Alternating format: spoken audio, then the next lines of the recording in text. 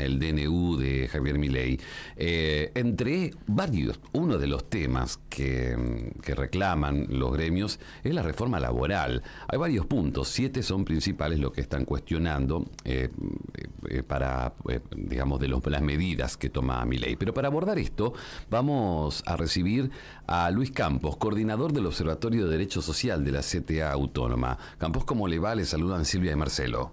Hola Silvia, Marcelo, ¿cómo están ustedes? Muy bien, muy bien. Yo decía varios puntos. ¿Cuántos son los puntos que se cuestionan dentro de esta reforma de la ley la ley de reforma laboral? El decreto de necesidad de urgencia que se conoció la semana pasada, en realidad abarca muchísimas dimensiones de la vida cotidiana de las personas. El capítulo laboral es uno de ellos, no es el único. No. De hecho, las organizaciones sindicales, como decías en la introducción, hoy se van a estar manifestando fundamentalmente en contra de la reforma de la legislación laboral, pero no únicamente. Recordemos, esto también modifica, por ejemplo, la ley de alquileres o distintas disposiciones que tienen un impacto muy fuerte en la salud de las personas.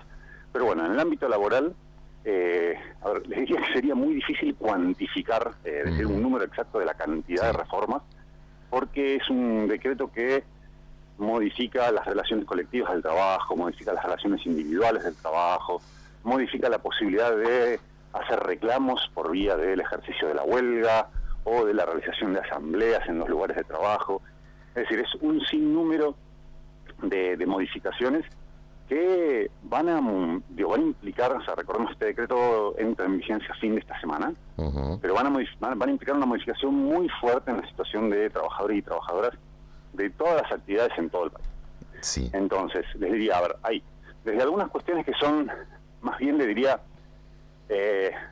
ajustes que por ahí podían tener que ver con modernizar o adecuar algunas cuestiones de las relaciones laborales a cómo es el funcionamiento y los cambios tecnológicos, por ejemplo, la forma de pago del salario, que hasta ahora se podía hacer únicamente en una cuenta bancaria gratuita. Esto, a partir de ahora, por ejemplo, va a poder ser pagado en billeteras virtuales. Lamentablemente, el decreto de necesidad de urgencia eliminó toda referencia a la cuenta sueldo gratuita, es decir, no quiere decir que vayan a desaparecer las cuentas sueldos gratuitas, pero antes había una obligación de que eso fuera así. A partir de ahora esa obligación dejó de existir. Habrá que ver qué dice el Banco Central cuando si lleva adelante algún tipo de reglamentación de las cuentas sueldo. Pero bueno, esto les diría como un tema casi les diría menor. Después, al mismo tiempo, hay algunas modificaciones que son muy importantes, como virtualmente la prohibición de ejercicio de la huelga en muchas actividades. O sea, hay muchas organizaciones sindicales, muchos trabajadores y trabajadoras que prácticamente van a perder toda posibilidad de reclamar derechos por vía del ejercicio del derecho a la huelga, que es un derecho reconocido en la Constitución Nacional. Hay modificaciones que le ponen límites muy importantes, por ejemplo, en el caso de los docentes, si quieren llevar adelante una medida de fuerza, tienen que garantizar el 75% de cobertura de lo que es la prestación de servicios en un día normal. En el caso de cualquier industria, por ejemplo, ligada a la exportación, si quieren llevar adelante una medida de fuerza, pensemos los trabajadores aceiteros, tienen que garantizar el 50% de la prestación de servicios de un día normal. Esto en los hechos implica una virtual prohibición del ejercicio de la huelga. Y en la otra punta del espectro, insisto, que discurre por casi la totalidad de las dimensiones del mundo laboral, está la posibilidad de que se eliminen las relaciones de dependencia en los establecimientos de hasta 5 personas. O sea, el DNU habilita la posibilidad de que los empleadores en establecimientos muy chicos, de hasta 5 personas, dejen de considerar a esas personas como trabajadores en relación de dependencia y los pasen a considerar como colaboradores.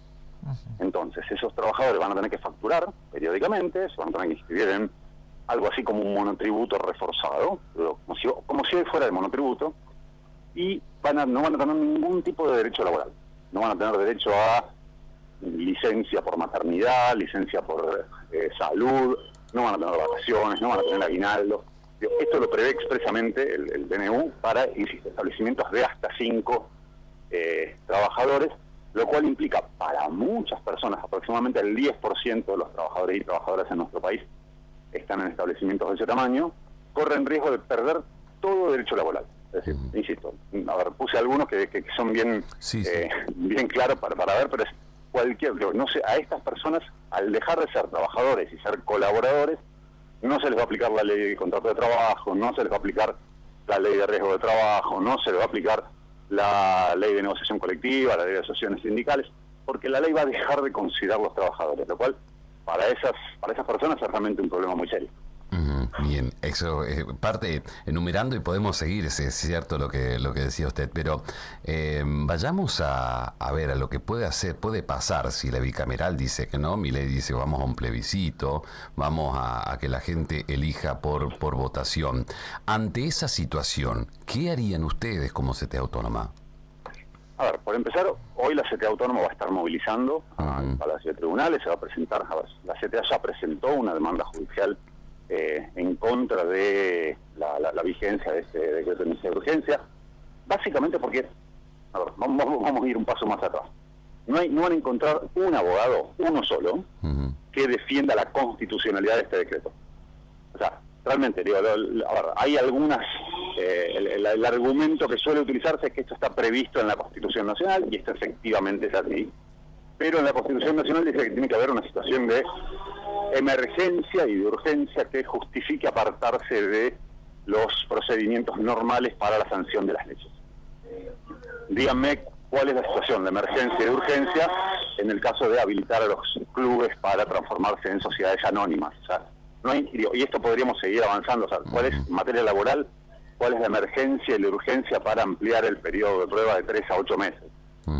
Le podrán buscar la justificación que quieran, pero realmente no van a encontrar no van a encontrar nadie que desde un punto de vista de honestidad intelectual defienda la constitucionalidad de este decreto.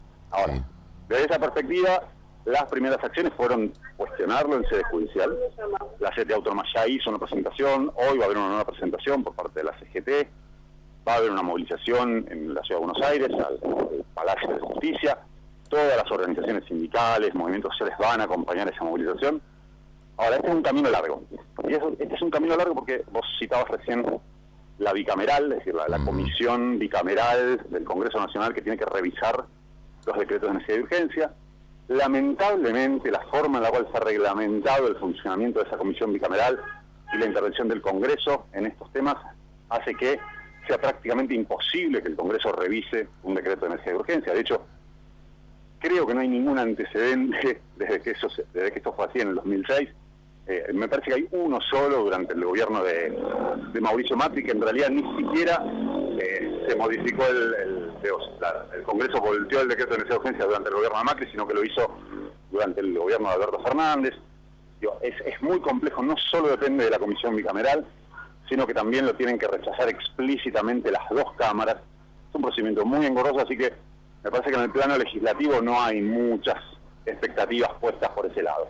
En el plano judicial sí puede llegar a haber algún tipo de novedad, pero los tiempos que maneja el Poder Judicial son tiempos bastante más aletargados, así que tampoco ahí posiblemente tampoco haya novedades en el corto plazo.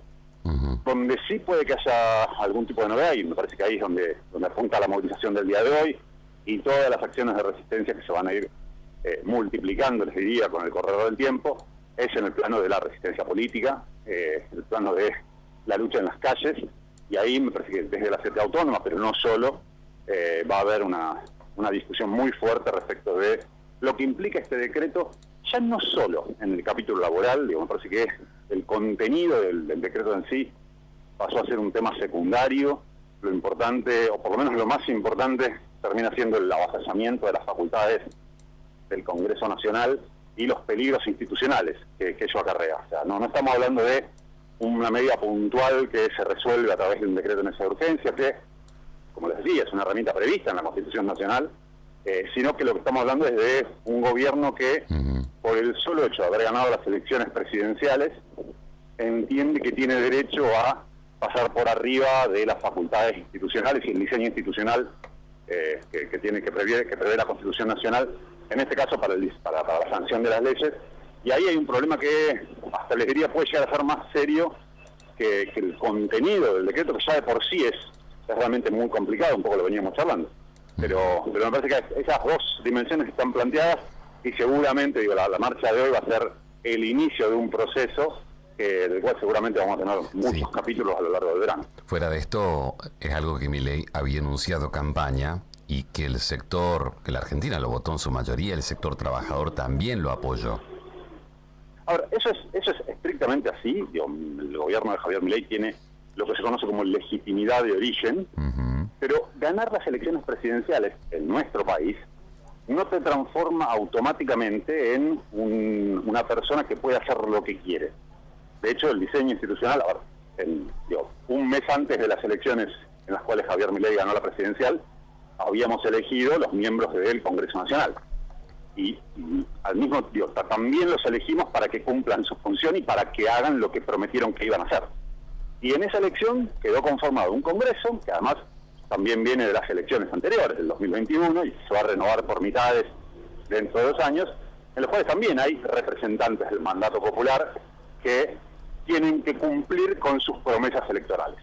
Y las promesas electorales de los diputados y senadores, en muchos casos no son las mismas que las promesas electorales de el presidente Javier Milei. Entonces, ahí hay un sistema que construyó nuestra Constitución Nacional, que tiene casi 200 años, y en los cuales los distintos poderes del Estado tienen que abrir espacios de diálogo, generar pesos y contrapesos, balances y contrabalances, para ir administrando la cosa pública. Entonces, no es que por ganar una elección el presidente tenga derecho a hacer lo que quiera, porque además ese argumento es muy riesgoso, sobre todo porque en 4 años hay elecciones de vuelta. Sí.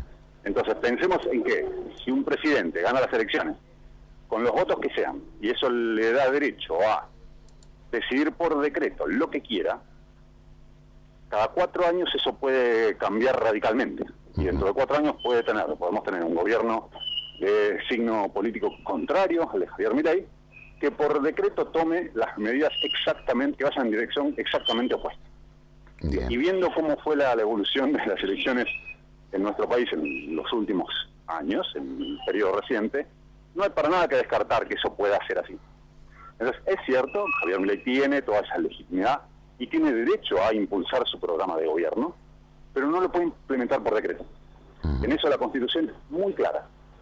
Para implementarlo tiene un margen de maniobra muy importante, es el titular del Poder Ejecutivo, tiene muchísimas facultades para llevar adelante distintos tipos de medidas. A ver, unos pocos días antes del anuncio de este decreto de necesidad de urgencia, escuchamos, nos enteramos de la implementación de muchas medidas de gobierno en el plano económico que impactan de manera muy importante sobre el salario de los trabajadores. Y a mí pueden no gustarme, pero están dentro de las facultades constitucionales del presidente, en este caso del ministro de Economía.